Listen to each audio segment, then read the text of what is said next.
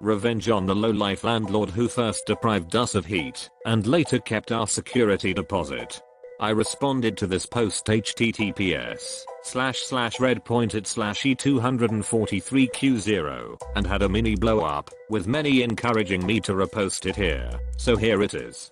I was a kid back in the 80s, 2 years out of college, when I moved into an apartment by the shore in NJ. When the cold weather arrived, there was always a few days when the apartment was cold. We would tell the super, and then the heat would start arriving.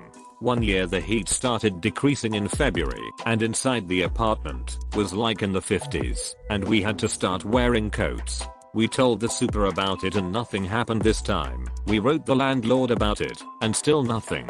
So we checked with an attorney and learned about warranty of habitability and withholding of rents.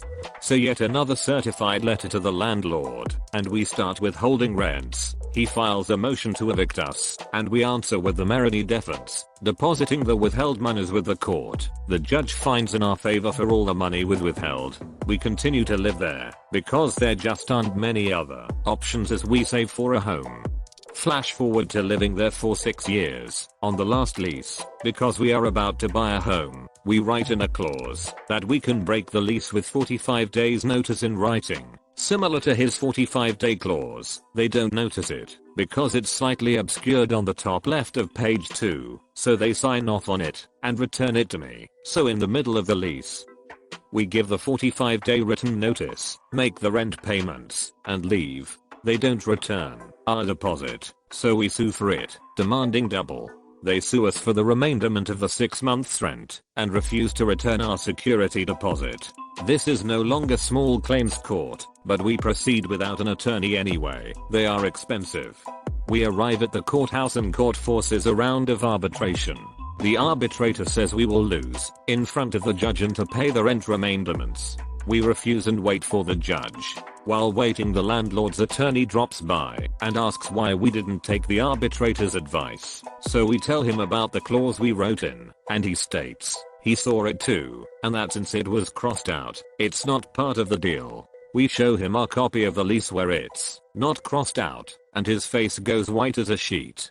He makes a call to the landlord, who then offers to properly break the lease with no penalty and return our security deposit in full. We refuse, and we show him the certified letter stating that we would have accepted that deal up until yesterday, but that if you force us to come down to court, we want double damages of the improper withholding of the security deposit. He tries again to reach out to the landlord, but no luck this time. We go to see the judge.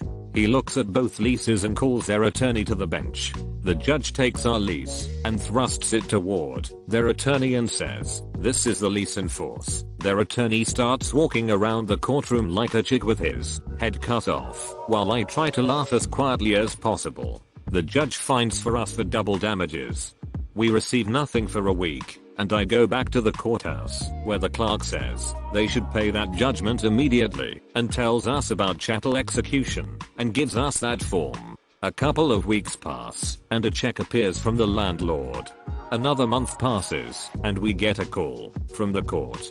They have our money. I told them the landlord had sent a check a while back, so all it good. She tells us that we should have informed the court that we got the money to stop the chattel execution from occurring. The court sent the sheriff to their offices and confiscated office equipment and sold it at auction to satisfy the judgment. They said, "Don't worry, they will just return the money to the landlord." That is the revenge. Getting the money and having them experience the abrupt seizing of their assets at their place of business, having it sold at auction, and then having the money returned to them. Major pro-justice. Edit. Added paragraph breaks as suggested. Edit 2. Added context of it being a repost of my OK elsewhere.